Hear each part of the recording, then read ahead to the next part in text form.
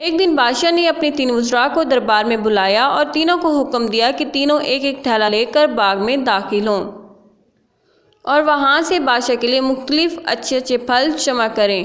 السلام علیکم ناظرین، آپ دیکھ رہے ہیں OMG گلوبل اور میں ہوں ثانیہ شاہ۔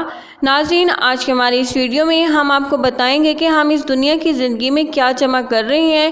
اس وقت ہم ایسے باغ میں ہیں جہاں ہم اپنے لیے اچھے اور برے پھل جمع کر سکتے ہیں، اور بادشاہ یعنی جب خدا تعالیٰ کا حکم ہوگا تو ہمیں اپنی جیل یعنی قبر میں ڈال دیا جائے گا، اور وہاں پر صرف ہمارے ساتھ اعمال ہوں گے۔ ہم نے جو جمع کیے ہیں وہی ہمارے کام آئیں گے۔ یقیناً آپ سب بھی اس کے بارے میں جاننا چاہیں گے، لیکن آج کے ہماری اس ویڈیو کو شروع کرنے سے پہلے ہم آپ کو بتا دیں گے، اگر آپ ہمارے چینل پر نئے آئے ہیں تو سبسکرائب کے بٹن پر کلک کر کے سبسکرائب کر لیں تاکہ ہر آنے والی نئی ویڈیو آپ تک بآسانی پہنچتی رہے۔ ایک دن بادشاہ نے اپنے 3 وزراء کو دربار میں بلایا اور تینوں کو حکم دیا کہ تینوں ایک ایک تھیلا لے کر باغ میں داخل ہوں اور وہاں سے بادشاہ کے لیے مختلف اچھے پھل جمع کریں۔ وزراء بادشاہ کے اس عجیب حکم پر حیران رہ گئے اور تینوں ایک ایک تھیلا پکڑ کر الگ الگ باغ میں داخل ہو گئے۔ پہلے وزیر نے کوشش کی کہ بادشاہ کے لیے اس کی پسند کے مزیدار اور تازہ پھل جمع کرے، اور اس نے کافی محنت کے بعد بہترین اور تازہ پھلوں سے تھیلا بھر لیا۔ دوسرے وزیر نے خیال کیا کہ بادشاہ ایک ایک پھل کا تو خود تو جائزہ نہیں لے گا کیسا ہے، اور نہ ہی پھلوں میں فرق دیکھے گا، اس لیے اس نے بغیر فرق دیکھے جلدی ہر قسم کے تازہ، کچے اور گلے سڑے پھلوں سے اپنا تھیلا بھر لیا۔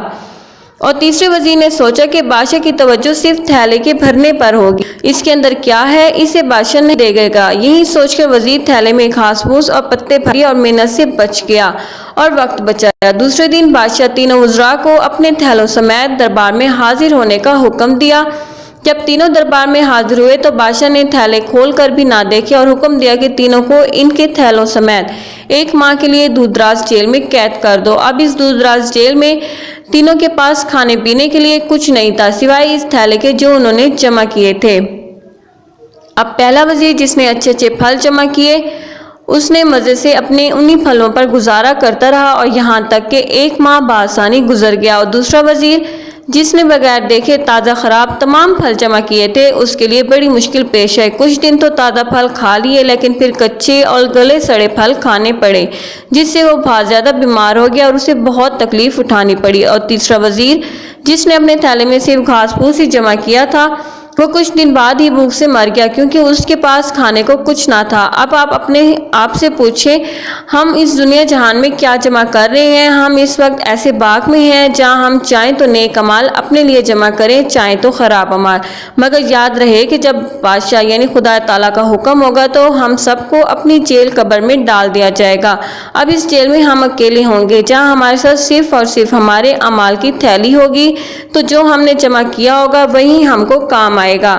اس لیے آج ہم تھوڑی سی محنت کر کے اچھی چیزیں یعنی نیک اعمال جمع کر لیں اور وہاں آسانی سے آرام والی زندگی گزاریں۔